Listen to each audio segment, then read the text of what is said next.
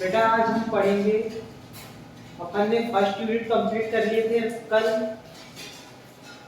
क्या पढ़े थे?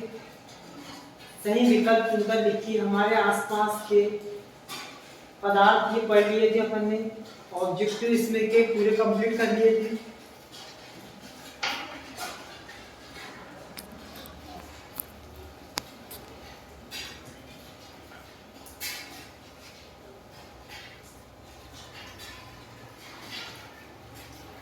कल अपन लोग ने इसके ऑब्जेक्टिव कंप्लीट कर लिए थे।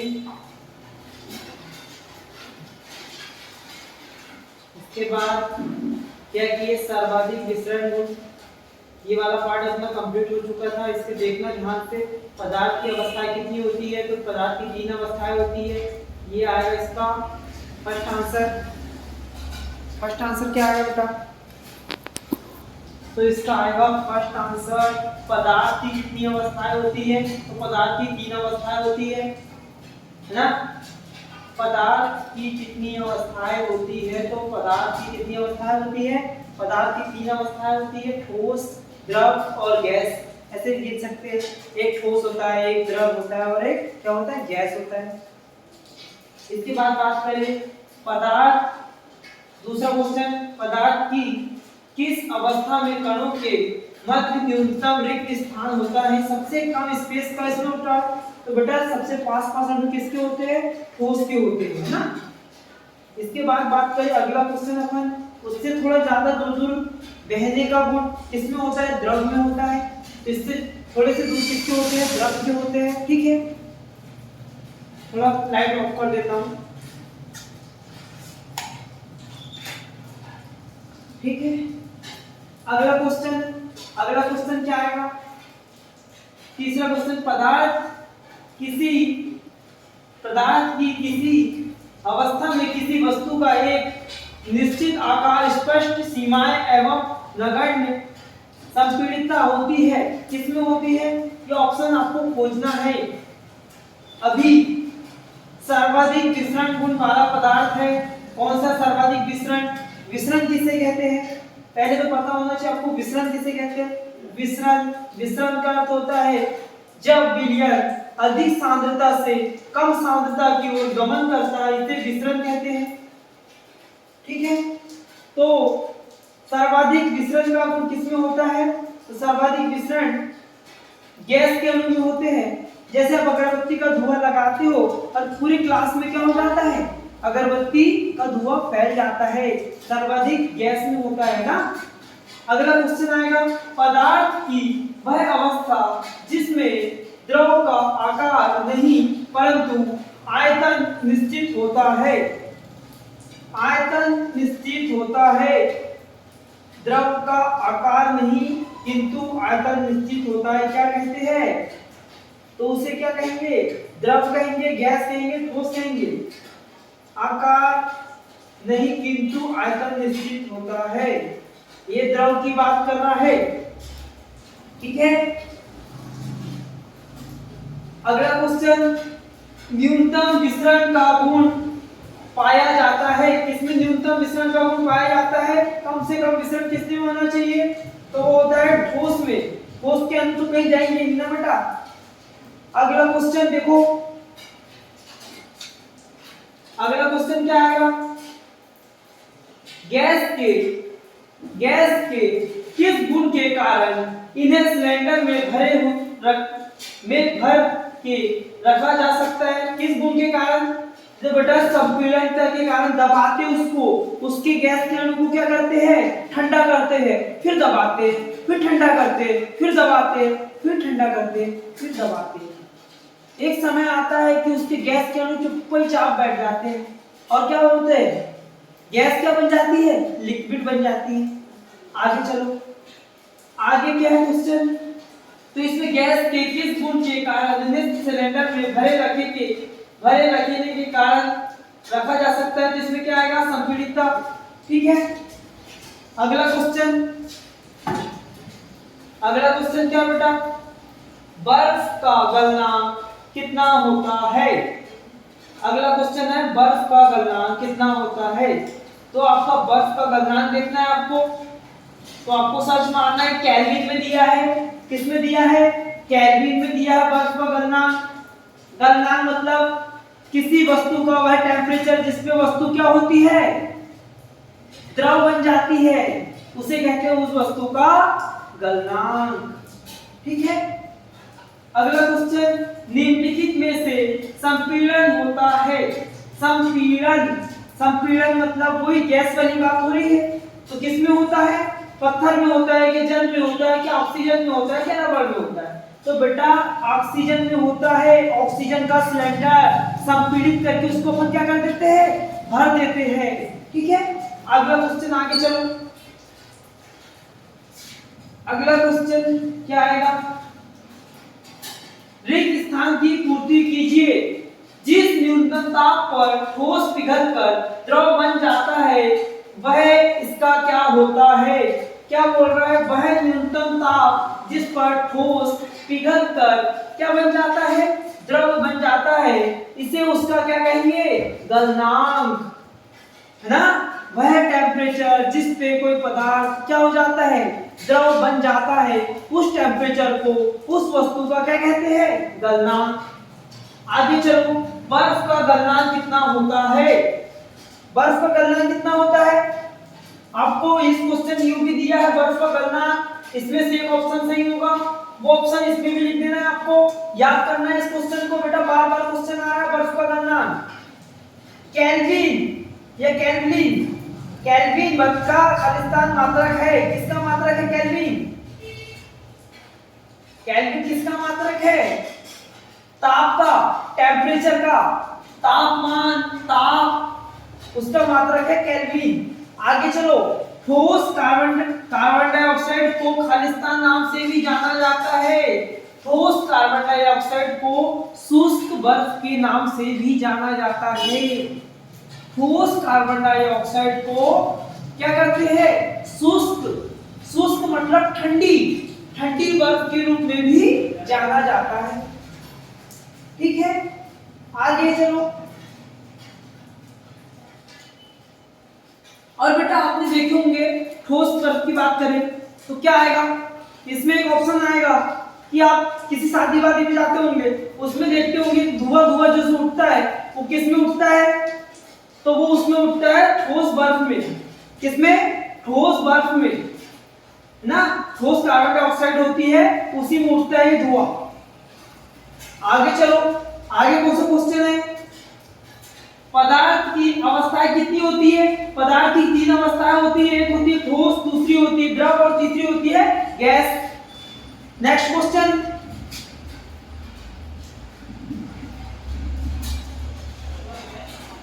अगला बेटा ये सही जोड़ी देख लेना है, सही जोड़ी। अत्यधिक संपीड़न, संपीड़न हुई बात हुई फिर से गैस वाली, है ना, तो इसमें क्या आएगा, गैस आएगा। पदार्थ की अवस्था है, पदार्थ की कैसी अवस्थाएं होती है, तो पदार्थ की तीन अवस्थाएं होती है, इसकी ये आएगा, और पदार्थ की अवस्थाएं का क्या आएगा, तीन आएगा। बर्फ का गलनांक कितना होता है, तो बर्फ का गलनांक कितना होता है 373।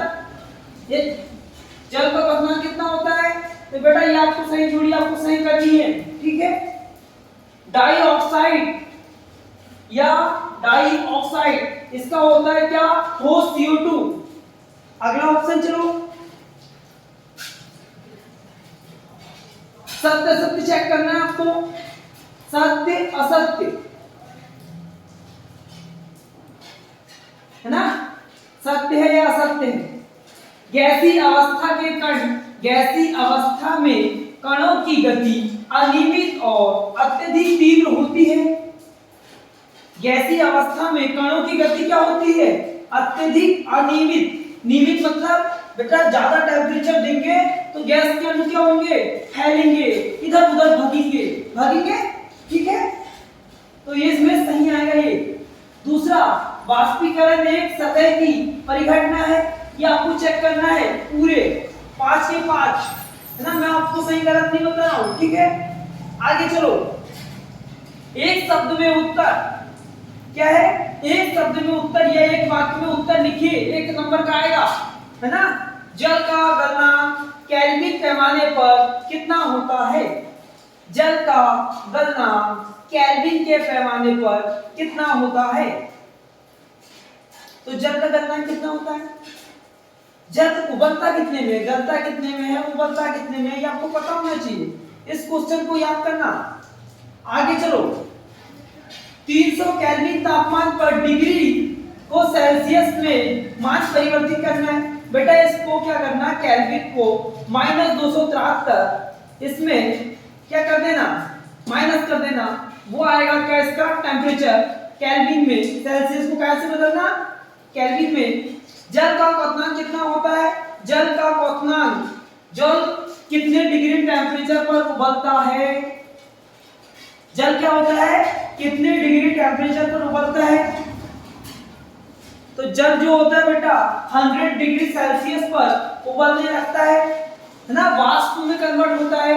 तुमने देखे होंगे पानी गर्म करते हैं अपन, तो पानी चूल्हे पे जो रखते हैं 100 डिग्री सेल्सियस पे, वो क्या होता है, उबलने लगता है। क्या होता है, उबलने लगता है। आगे चलो देखते हैं अगला क्वेश्चन। पदार्थ मुख्यतः 3 अवस्थाओं में पाया जाता है। पहली अवस्था होती है ठोस, उसके बाद होती है गैस, उसके बाद होती है क्या, द्रव। ठोस, द्रव, गैस। ठोस इसके अगर पास पास होते हैं, ठोस के एकदम पास पास होगी तो हिलने की उसकी जगह नहीं मिलती। द्रव में थोड़े दूर दूर होते, द्रव बह जाता है, और गैस के तो घूमते रहते हैं, है ना। आगे चलो, कमरे के तापमान पर जल की अवस्था क्या होती है? कमरे के तापमान पर जल की क्या अवस्था होती है? द्रव होता है। कमरे के टेम्परेचर पे दाब का मात्रक क्या है? दाब का मात्रक क्या है? दाब, दाब मतलब प्रेशर। प्रेशर को कैसे नापते हैं बताओ? जब भी चेक करना इसको फट से फैक्ट चेक कर लेना। दाब का मात्रक क्या होता है? विसरण को परिभाषित कीजिए। विसरण, विसरण किसे कहते हैं?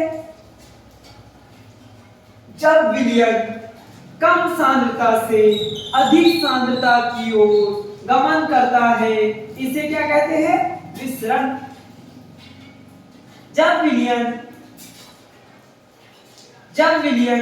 क्या कहता है? अधिक से कम कि कम से अधिक?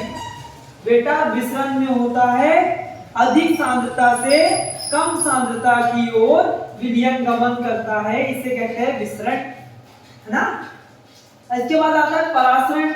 जब विलयन क्या अधिक सांद्रता से कम सांद्रता की ओर गमन करता है, इसे कहते हैं परासरण।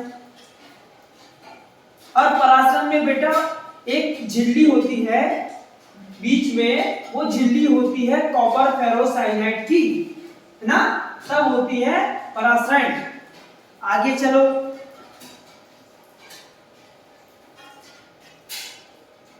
ठोस की अपेक्षा अति लघु उत्तरी प्रश्न बता, है ना। ठोस की अपेक्षा द्रव में विसरण की दर अधिक होती है, क्यों? ठोस की अपेक्षा द्रव में विसरण की दर अधिक होती है, क्यों? ये क्वेश्चन आपको सॉल्व करना है, क्यों होती है। ठोस क्या प्रॉब्लम है ठोस में, और क्या प्रॉब्लम है द्रव में? गुप्त ऊष्मा किसे कहते हैं?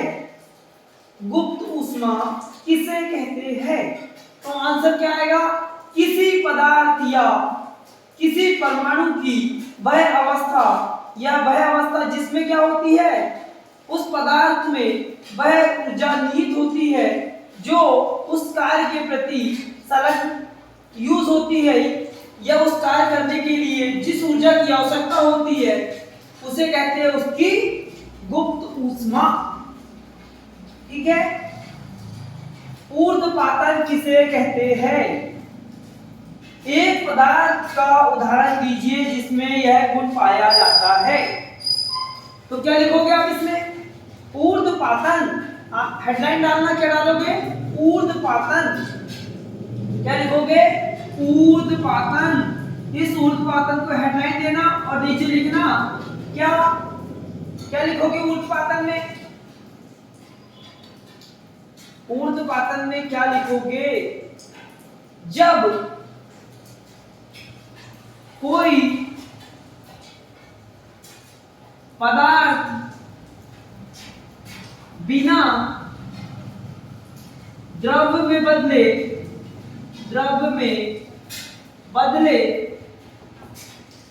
सीधे गैस में परिवर्तित हो जाता है, इसे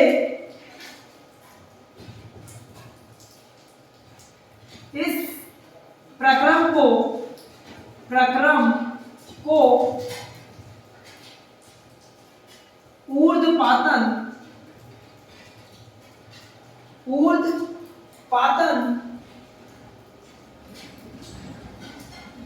ऊर्ध्वपातन कहते हैं। इस प्रक्रम को क्या कहते हैं? ऊर्ध्वपातन। जब कोई पदार्थ बिना द्रव में बदले सीधे गैस में परिवर्तित हो जाता है, इस विधि को या इस प्रक्रम को, प्रक्रम मतलब विधि ही होती है बेटा, इस विधि को ऊर्ध्वपातन कहते हैं। जैसे आपने देखे होंगे उदाहरण, जैसे आपके घर कपूर है, कर्पूर गौरव वाला कपूर। इस कपूर को क्या करो? गर्म करो। तो बेटा ये जैसे गर्म करेंगे ना, द्रव नहीं बदलेगा, ये सीधे गैस में बदल जाएगा। किसमें बदलेगा? सीधे गैस में। कर्पूर गौरव का नाम साम जैसे करते आरती, कपूर खत्म हो जाता है। हाँ ठीक है। एक होता है बेटा नैप्थलीन।